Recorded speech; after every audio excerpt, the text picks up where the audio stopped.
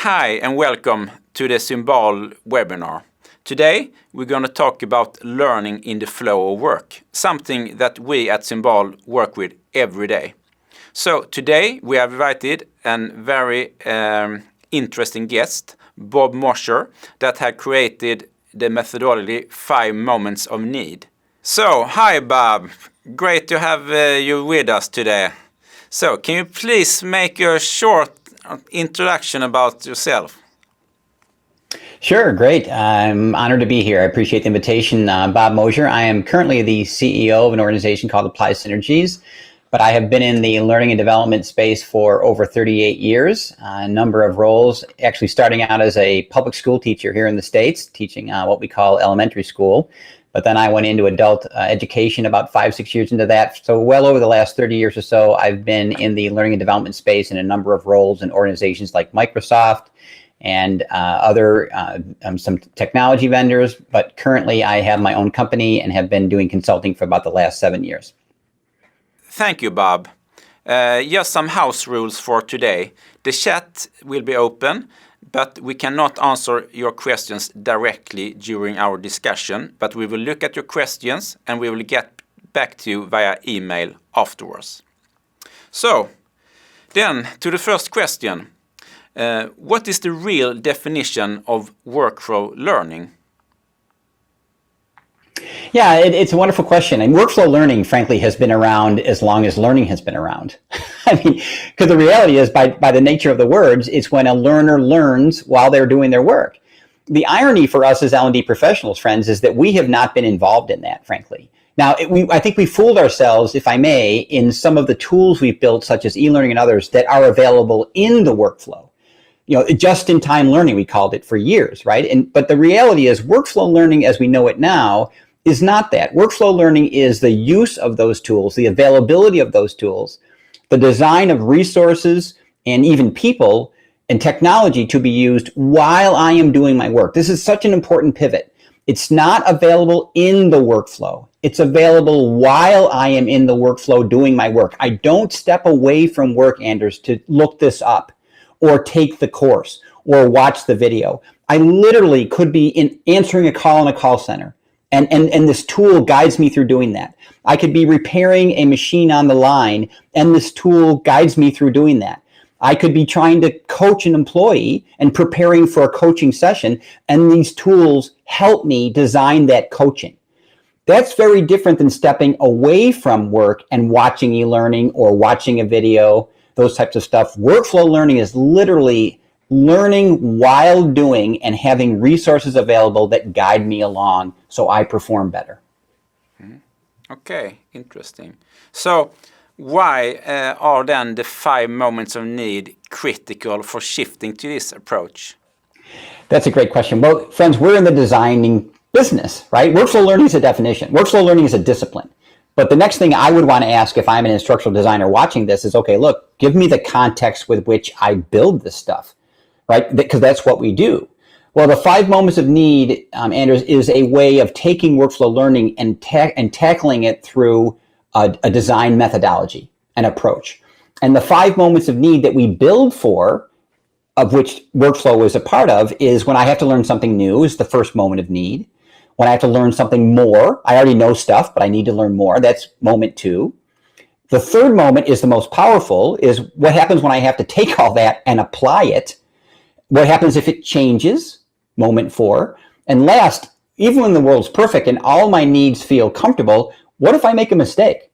What if I have to solve because I've done something wrong? New more, apply, change, and solve are context in the workflow that we can design for and create resources that help me get through and meet those needs. So, but then if I understand it right, then the first part is more the one who looks at the traditional learning today. Brilliant. Yeah, and that's one of the more misunderstood parts of the 5 moments, and part of it, frankly, is on me, because in the early days of the 5 moments, as you should, we wanted to pivot on apply. Apply is the most important moment to a learner. But the reality is, the reason there are 5 moments is things like new and more are best met by training. So e-learning is still valuable. Classroom training is still important. Virtual instruction that has emerged during COVID and the pandemic, absolutely effective. So they are still in the blend and in the mix. But the reality is when we move into apply, change, and solve, those are met more by true workflow learning design tools and technology. Okay, okay. So what is the performance support? Because that you talk about a lot. And the methodologies, the concepts, the tools around that. And of course, performance support, that we have heard about before as well. Yeah, I think this is exciting for performance support. I first heard it in 1991, which was quite a while ago, by a wonderful lady named Gloria Geary. She wrote a wonderful book in our industry called Electronic Performance Support Systems. And she helped us coin this idea of what performance support is. The reality is that the technology at the time, the methodologies at the time, I think even the learner at the time were not really ready for that kind of an intervention tools or methodology. So performance, the way I like to put it is performance support is to training like a hammer is to carpentry. You know, carpentry is the discipline of building. Right, and I have to understand the principles of carpentry and what I'm doing and how to design. I ultimately then, to do my outcome, I pick up a hammer or I pick up a saw. Well, the reality is in workflow learning, which is the discipline of this approach, performance support and the methodologies that support it are the tools that let us enable workflow learning in the workflow. So EPSS, electronic performance support systems, are a type of performance support. But frankly, a job aid is a type of performance support. A coach in the workflow is a kind of performance support. So your question is so apropos that, like carpentry, the discipline and the methodology that surrounds performance support enables those tools to be effective. So we use something called the 5 moments of need methodology, but it's a way in which you orchestrate performance support as tools in the workflow so that they're most effective and help people perform better. Okay. The one that I am not that familiar is that you said EPPS, I think you said. EPSS, so, yeah. Yes. Can you describe that a little bit more?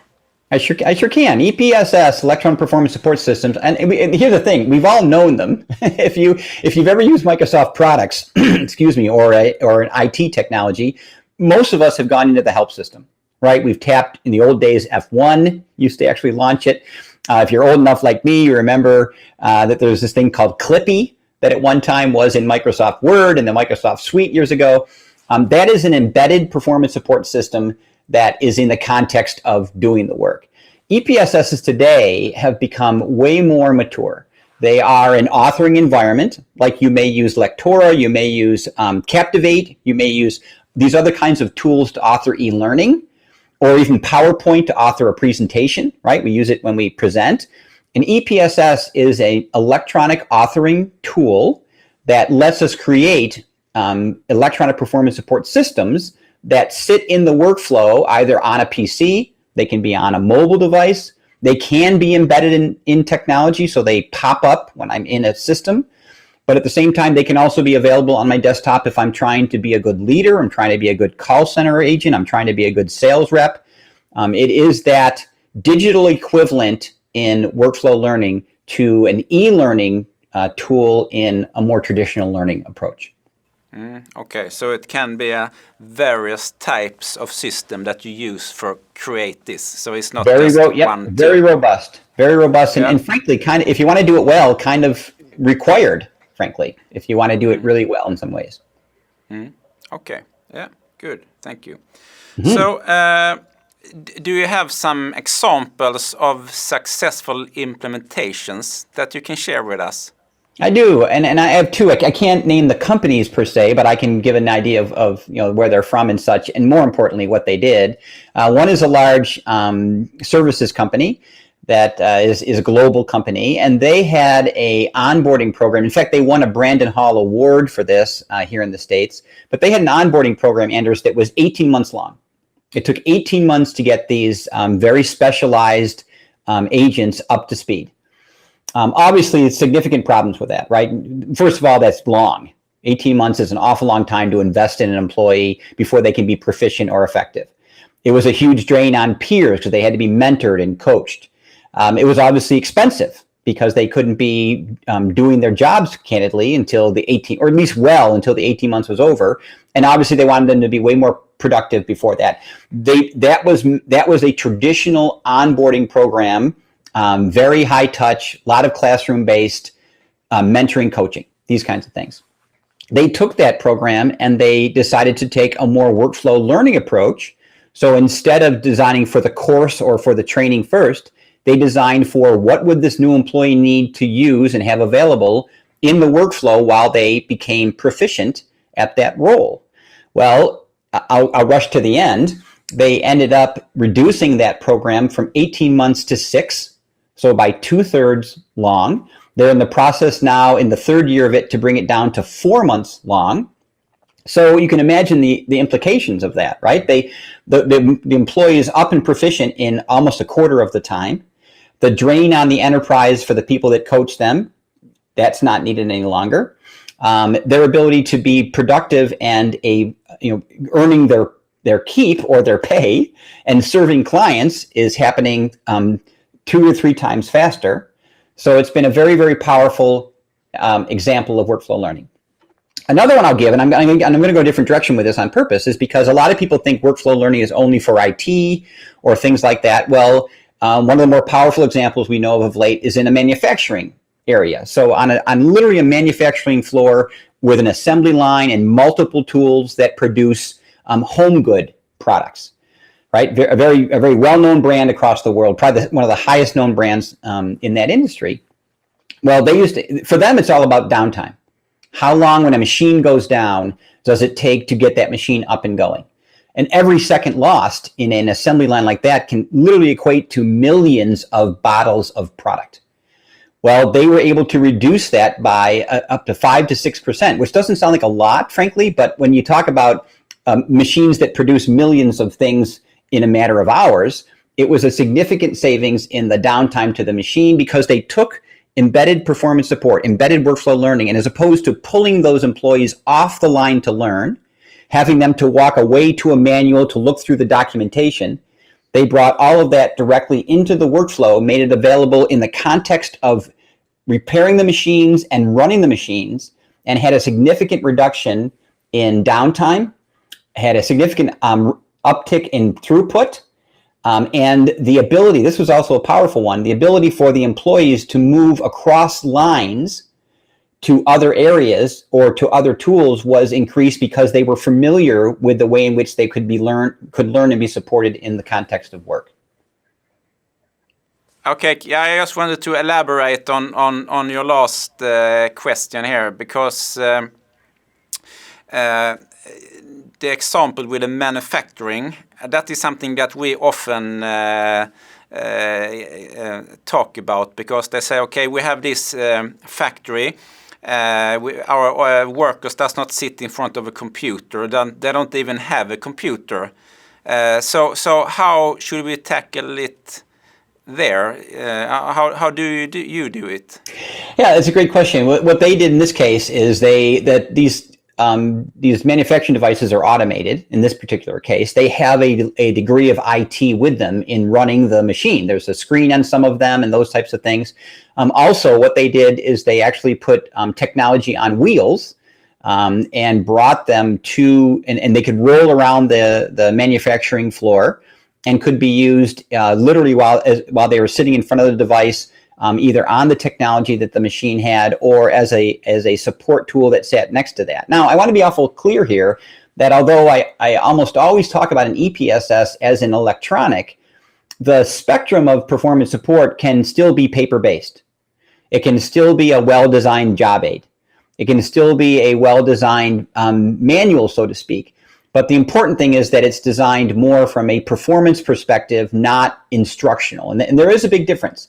The performance is more step-based, more how-to based, with some support of what I need to know and understand, as opposed to instructionally tends to be very heavy in reading and background and why I need to know and all these kinds of things. So there is a spectrum, even in manufacturing, of things that can be still a paper-based design, so to speak, through something that's more IT or technology-based.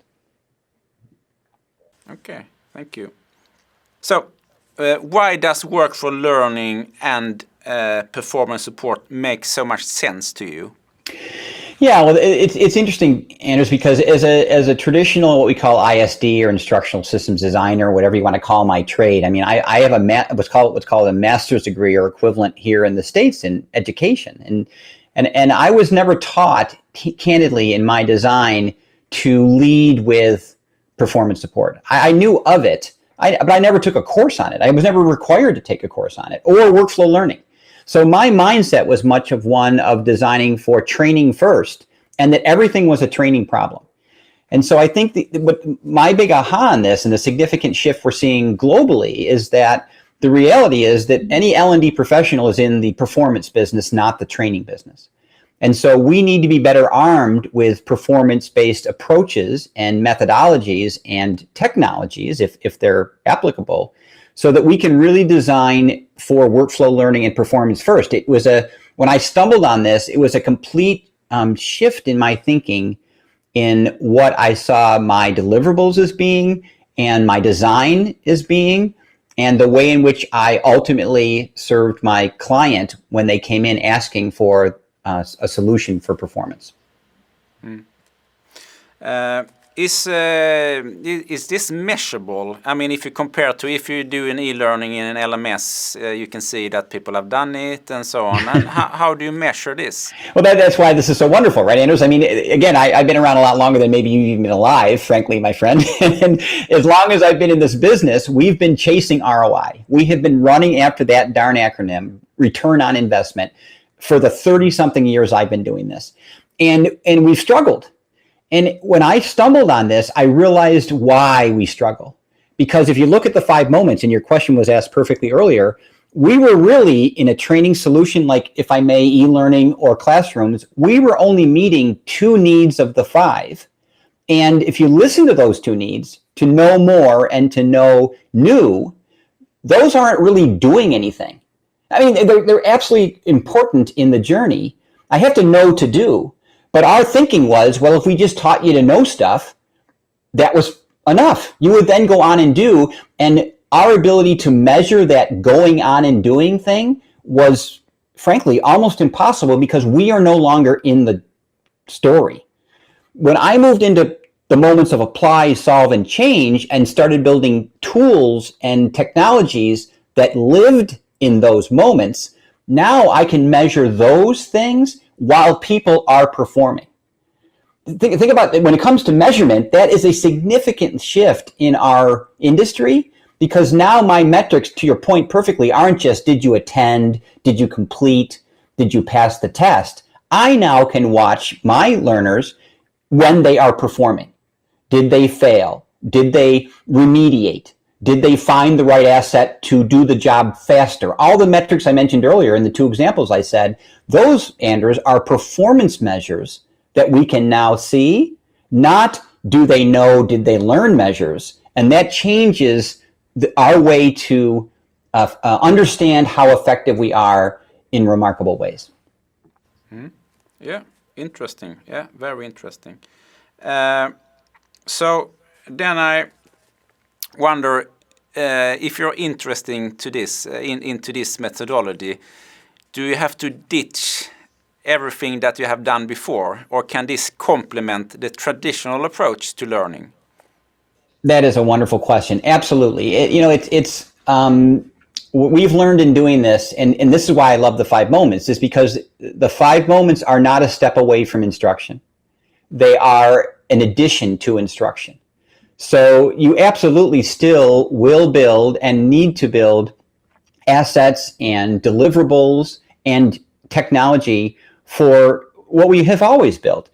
But it does change that, but principally, it design-wise, for those it doesn't. What you do, though, is there is additional learnings and understanding to move into that performance space than many of us knew before. But your question is brilliantly put. It is absolutely a blend of current understanding and then adding on things that we learn to do this well. So do you feel that the industry is, are slow to coming to this conclusion, or how do you feel? Well, it's interesting. I love the word you use. I don't think we're slow to the conclusion. I think we're slow to the deliverable. You know, I've been at this for 10 years now, honestly. I have been in the workflow learning space, dedicated in my work and now my company for 10 years now. So I've been talking about this for a while, right? And the irony is, and I get this, is that the understanding of workflow learning and the principles of the 5 moments are very apparent. I think like 70-20-10 gets tossed around a lot. I don't think anyone doesn't get the math. The struggle has been, at least it was for me, is I understand 70-20-10. I understand the 5 moments, but the reason why I think we're slow to adopt is that the tools that I was taught and the methodologies that I used to use do not address 70 and 20. They address 10, right? So there's absolutely some new learnings that have to go on. And I think that has slowed adoption in that we just have to come up to speed on the methodology and the way to do it and want to do it, frankly. So, if you want to do this, then what do you recommend? Where do you start? That's a wonderful question. And like anything in life, a dear friend of mine says, "Don't boil the ocean." Right? And I so love that expression, because what it implies to us as designers is that we need to crawl, walk, run, as we say in the States here, into this thing. And that's actually wonderful news for those of us trying to make this journey. I've been on it for 10 years now. This is my 10th year of doing this intentionally. And I'll be the first to admit, I learn something new about it every day. So those back in the beginning of the journey, we tend to recommend 3 things to get started. Number 1, you have to find a performance problem to solve, not a training class to build. And I hope you heard the difference in that answer, because that will start you off in a very different way. You need to find a stakeholder that didn't walk in and say, can you build me a 5-day class in leadership? That question's very different than, can I share with you the struggles our leaders are having in leading today with the pandemic? They can't seem to learn how to lead virtually. They're struggling with leading virtually. That question, Anders, is very different than, I want 5 days of training, right? So we have to start out with an identifiable performance. Problem's a strong word, but performance that we want to improve, and a stakeholder that wants to pivot and focus on performance, not a class. Secondly, we as instructional designers then have to say, fine, that you're asking me a different question, therefore I have to build a different kind of solution. Again, with some training involved.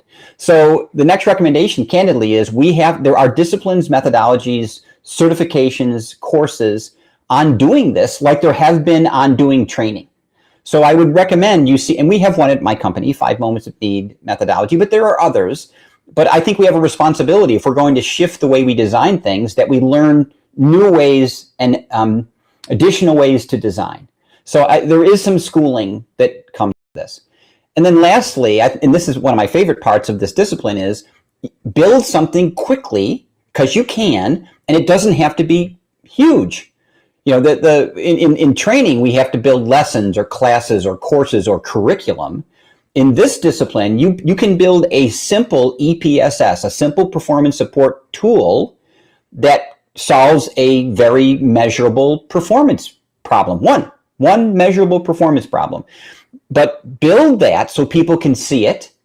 They understand what it means if you built more or if you built bigger ones. And then you get the buy-in and the adoption to take the next steps into deeper examples of this. Good, thank you. So one question now, when people are working more from home, and I think that state probably will continue, does that make another challenge for you, or does this work as before, or has that impact on the design, or? Oh my gosh, it's been remarkable. The interesting thing about the pandemic and what it's done to work is that I used to, at least in the States, right, I would get up and drive to a building. I left my life workflow to go to my work's workflow. And it was very stable because of that. And here's the irony of the pandemic is that it has merged those worlds, as we all know. I'm sitting in my home right now in Charlotte, North Carolina. It has merged those worlds in some remarkable ways. So it has redefined the workflow. And so this discipline has stepped up in remarkable ways, because that all of a sudden is one of the questions that every organization is asking is, what is the new way of work? What is the new world of work? What's the dynamic of a team? What's the dynamic if part of my team's at home and part of my team can go back to a building? The questions go on. And so all of them, though, pivot on the workflow and serving the workflow more directly, because no one's getting up and coming to a class. No one's running, no one's meeting in buildings and doing, workshops. So this has really been a remarkable opportunity to step up and have this discipline serve our learners in ways that they are asking for and that we can do in a very different way. So I actually have a final question for you. Do you think this is a must-do? Or is it something that you maybe just should do? Yeah, well, I'm incredibly biased at this, my friend, because once I stumbled on this 10 years ago, I think this has been a must-do all along. But I will also realistically qualify that I understand why there has not been urgency. Our classes were filled. Our e-learnings, our LMSs were growing every year. And again, I want to be awful careful here, because I am not saying that those are still not going to be a part of the blend that you asked me about earlier. But look at the world we live in now, Anders. I don't think it's a nice to do anymore. I think it is a must do, because performance is so critical to the success of our world emerging out of this. What is the new world of performance? What is the new dynamic of learners at home and learners in an office? All these things. And so I don't know how to teach that. As a dear friend of mine said, I don't know how to instruct our way out of this problem, right? So again, it's not that won't be a part of the blend, but my company's ability to meet the remarkable demands of my clients of late could not have been done the way we've been able to without workflow learning in the mix. And so I think for an industry, I hear two words: acceleration and opportunity, all the time when I speak to learning leaders across the globe. And I think this is a time to seize the day and let things like workflow learning come into our portfolio in a powerful way when the learner is open to new and better ways of being served. So our time is running out. Thank you, Bob, for being here. It's my pleasure. Thanks for the opportunity, and I hope the information was helpful. I really enjoyed my time. Yeah, thank you very much. If you want to discuss further about learning and your challenges around that, please don't hesitate to contact us in any channels. So, bye, and thank you for today.